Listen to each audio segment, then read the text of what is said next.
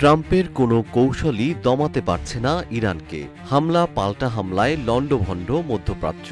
Donald ট্রাম্পের শান্তির প্রস্তাব প্রত্যাখ্যান করে সর্বশক্তি দিয়ে হামলা চালিয়ে যাচ্ছে তেহরান। এমন পরিস্থিতিতে ঘাঁটি ছেড়ে নিজেদের জীবন বাঁচাতে আত্মগোপনে অনেক মার্কিন সেনা এবার সেই অবস্থান লক্ষ্য করে খুঁজে খুঁজে হামলা চালাচ্ছে ইরান।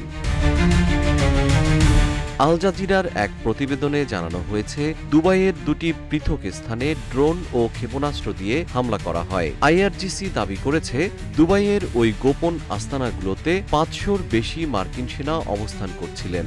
ইরানের শক্তিশালী আক্রমণের ভয়ে তারা মূল ঘাঁটি ছেড়ে সেখানে লুকিয়েছিলেন। এতে ব্যাপক ক্ষয়ক্ষতি হয়েছে। ভবিষ্যৎ হোক নিরাপদ, বিনিয়োগ হোক বিশ্বস্ত, আর আমার পছন্দ সল্ট বে। ওয়েলকাম টু সল্ট বে।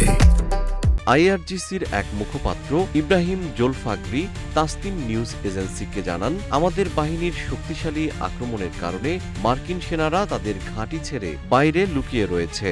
মার্কিন নেতৃত্বের উদ্দেশ্যে হুঁশিয়ারি দিয়ে তিনি বলেন, ট্রাম্প এবং মার্কিন সামরিক নেতৃত্বকে বুঝতে হবে এই অঞ্চল আমেরিকার সেনাদের জন্য কবরস্থানে পরিণত হবে এবং শেষ পর্যন্ত তাদের আত্মসমর্পণ ছাড়া কোনো উপায় থাকবে না।